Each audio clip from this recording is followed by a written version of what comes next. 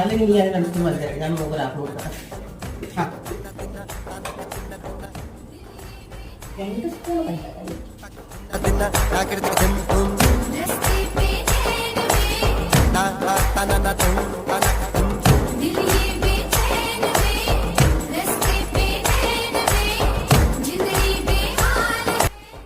നീ എന്തോ അടി ചെയ്തത്? രണ്ട് സ്പൂൺ